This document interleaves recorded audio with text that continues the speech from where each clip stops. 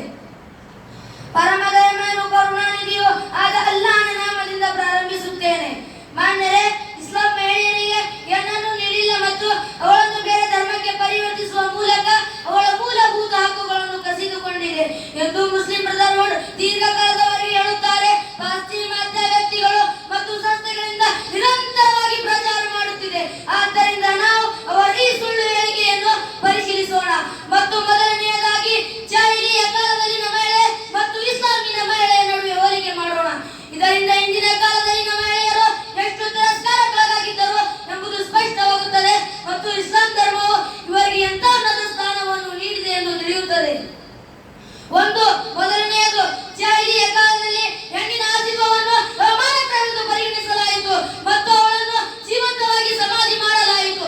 ಅಲ್ಲಾಹ್ ಹೇಳುತ್ತಾನೆ, ಸೂರತುನ್ Nehal Surat number 58-59, ವೈದಾ ಬುಶ್ರಾ ಅಹದುಹುಂ bill ಉನ್ಸಾ ظل ವಜಹುಹು ಮುಸ್ವದ್ದನ್ ವಹುವ ಕಝೀಮ್. ಇವರ ಪೈಕಿ ಯಾರಿಗಾದರೂ ಮಗಳು ಹುಟ್ಟಿದ ಸ್ವಾರ್ಥ ಪಟ್ಟಾಗ ಅವನ ಮುಖ ಕಳೆಗುಂಜಿ ಹೋಗುತ್ತದೆ ಮತ್ತು ಅವನು ಸಿಡಿಮಿಡಿಗೊಳ್ಳುತ್ತಾನೆ. ಇದೇ ತರ ಇನ್ನೊಂದು ಸ್ಥಾನದಲ್ಲಿ ಅಲ್ಲಾಹನು ತನ್ನ ಪವಿತ್ರ ಗ್ರಂಥದಲ್ಲಿ ಹೇಳುತ್ತಾನೆ, ಈ ಶುಭ ವಾರ್ತೆ ಬಳಿಕ ಯಾರಿಗೂ ಮುಖ ತೋರಿಸಲಾರದೆ ಜನರಲ್ಲಿ ತಲೆ ಮೆರೆಸಿಕೊಳ್ಳುತ್ತಾನೆ. ಈ ಅಪಮಾನದೊಂದಿಗೆ ಮಗುವನ್ನು ಇರಿಸಿಕೊಳ್ಳಲು ಅಥವಾ ಮಣ್ಣಿನಲ್ಲಿ ಒಗೆದು ಬಿಡದೆ ಎಂದು ಯೋಚಿಸುತ್ತಾನೆ. ಅಲ್ಲಾಹು ಅಕ್ಬರ್. ಇವರು ಅಲ್ಲಾಹನ ಬಗ್ಗೆ ಎಂತಹ ಕೆಟ್ಟ ನಿರ್ಣಯ ಕೈಗೊಳ್ಳುತ್ತಾರೆಂದು ನೋಡಿರಿ. ಈ ಸೂಕ್ತದಲ್ಲಿ ಅಲ್ಲಾಹನು ಮೊದಲಿನ ಕಾಲದ ಜನರ ಬಗ್ಗೆ ಹೇಳಿದ್ದಾನೆ. ಆ ಕಾಲದಲ್ಲಿ ಜನರ ನಡುವೆ ಯಾರಿಗಾದರೂ ಅವರ ಮನೆಯಲ್ಲಿ ಹೆಣ್ಣು ಮಗು ಹುಟ್ಟಿದ ನಂತರ ಒಂದು ವೇಳೆ ಹೆಣ್ಣು ಮಗು ಹುಟ್ಟಿದ ನಂತರ ಅವರ ಮುಖ ಬಾಡಿ ಹೋಗುತ್ತಿತ್ತು. ನಾಚಿಕೆಯಿಂದ ಯೋಚನೆ ಮಾಡುತ್ತಾನೆ, ನಾನು ಈ ಮಗಳನ್ನು ಕಾಪಾಡಲಿ ಅಥವಾ ಸಾಯಿಸಲಿ ಎಂದು ಯೋಚಿಸುತ್ತಾನೆ. ಇಮಾಮ್ ಬಗ್ದಾದಿ ರಹ್ಮಹುಲ್ಲಾಹ್ ಅವರು ಹೇಳುತ್ತಾರೆ, ಅರಬ್ನಲ್ಲಿ ಈ ಸಂಸಾರವಿತ್ತು. ಅವರ ಮನೆಯಲ್ಲಿ ಹೆಣ್ಣು ಮಕ್ಕಳು ಹುಟ್ಟಿದ ನಂತರ ಅವರನ್ನು ಒಂದು ವೇಳೆ ಅವರನ್ನು ಜೀವಂತವಾಗಿ ಬಿಡಬೇಕೆಂದರೆ ಅವರನ್ನು ಹತ್ತಿಯ ಚುಕ್ಕಗಳನ್ನು ಕಟ್ಟಿಸಿ ಒಂಟೆಗಳನ್ನು ಮತ್ತು ಟಗರುಗಳನ್ನು ಮೇಯಿಸಲು ಎಲ್ಲಾದರೂ ದೂರ ಕಳುಹಿಸುತ್ತಿದ್ದರು. ಒಂದು ವೇಳೆ ಅವಳನ್ನು ಜೀವಂತವಾಗಿ ಕೊಲ್ಲಬೇಕೆಂದರೆ ಅವಳು ಹುಟ್ಟಿದ 6 ವರ್ಷದ ನಂತರ ಅವಳನ್ನು ಯಾವುದಾದರೂ ಒಂದು ಕಾಡಿನಲ್ಲಿ ಕರೆದುಕೊಂಡು ಹೋಗಿ ಒಂದು ದೊಡ್ಡ ಕುಣಿಯನ್ನು ನೋಡಿ ಅವಳನ್ನು ಹೇಳುತ್ತಾನೆ, ನೀನು ಈ ಕುಣಿಯನ್ನು ನೋಡು. ಅವಳು ನೋಡಿದ ತಕ್ಷಣ ಅವಳನ್ನು ಹಿಂದೆಯಿಂದ ತರುತ್ತಾನೆ ಮತ್ತು ಅವಳಲ್ಲಿ ಬಿದ್ದ ನಂತರ ಅವಳ ಮೇಲೆ ಮಣ್ಣು ಹಾಕುತ್ತಾನೆ. ನೌಜುಬಿಲ್ಲಾಹ್ ಮಿನ ದಾಲಿಕ್. ಇಸ್ಲಾಂ ಧರ್ಮವು ನಮಗೆ ಒಂದು ವೇಳೆ ಹೆಣ್ಣು ತಾಯಿಯಾದರೆ ಇವರ ಜೊತೆ ಒಳ್ಳೆಯ ರೀತಿಯಿಂದ ನಡೆದುಕೊಳ್ಳುವ ಆದೇಶ ನೀಡಿದೆ. ಅಲ್ಲಾಹನು ತನ್ನ ಪವಿತ್ರ ಗ್ರಂಥದಲ್ಲಿ ಹೇಳ್ತಾನೆ, ನನ್ನ ಹಕ್ಕಿನ ನಂತರ ಪೋಷಕರ ಹಕ್ಕು ಇದೆ ಮತ್ತು ನೀವು ಅವರ ಜೊತೆ ಮಾತಾಡುವಾಗ ಅವರನ್ನು ಉಫ್ ಎಂದು ಕೂಡ ಹೇಳಬೇಡಿ. ಇದೇ ತರ ಒಂದು ಹದೀಸ್ನಲ್ಲಿ ಬಂದಿದೆ, ಜಾ ರಜುಲುನ್ ಇಲಾ ರಸೂಲಿಲ್ಲಾಹಿ ಸಲ್ಲಲ್ಲಾಹು ಅಲೈಹಿ ವಸಲ್ಲಂ قال من أحق الناس بصحابتي قال أمك قال ثم من قال أمك قال ثم من قال أمك قال ثم من قال أبوك. ಒಂದು ಬಾರಿ ಒಬ್ಬ ವ್ಯಕ್ತಿ ಪ್ರವಾದಿ ಮುಹಮ್ಮದ್ ಸಲ್ಲಲ್ಲಾಹು ಅಲೈಹಿ ವಸಲ್ಲಂ ಅವರಿಂದ ಪ್ರಶ್ನಿಸಿದ, ಜನರಲ್ಲಿ ನಾನು ಒಳ್ಳೆಯ ರೀತಿಯಿಂದ ನಡೆದುಕೊಳ್ಳಲು ಅರ್ಹನಾರು? ಪ್ರವಾದಿ ಮುಹಮ್ಮದ್ ಸಲ್ಲಲ್ಲಾಹು ಅಲೈಹಿ ವಸಲ್ಲಂ ಅವರು ಹೇಳಿದರು, ನಿನ್ನ ತಾಯಿ. ಅವನು ಕೇಳಿದ, ಮತ್ತೆ ಯಾರು? ಪ್ರವಾದಿ ಮುಹಮ್ಮದ್ ಸಲ್ಲಲ್ಲಾಹು ಅಲೈಹಿ ವಸಲ್ಲಂ ಅವರು ಹೇಳಿದರು, ನಿನ್ನ ತಾಯಿ. ಅವನು ಕೇಳಿದ, ಇನ್ನೊಮ್ಮೆ ಯಾರು? ಪ್ರವಾದಿ ಮುಹಮ್ಮದ್ ಸಲ್ಲಲ್ಲಾಹು ಅಲೈಹಿ ವಸಲ್ಲಂ ಅವರು ಹೇಳಿದರು, ನಿನ್ನ ತಾಯಿ. ಅವನು ಕೇಳಿದ 4ನೇ ಬಾರಿಗೆ ಮತ್ತೆ ಯಾರು? ಪ್ರವಾದಿ ಮುಹಮ್ಮದ್ ಸಲ್ಲಲ್ಲಾಹು ಅಲೈಹಿ ವಸಲ್ಲಂ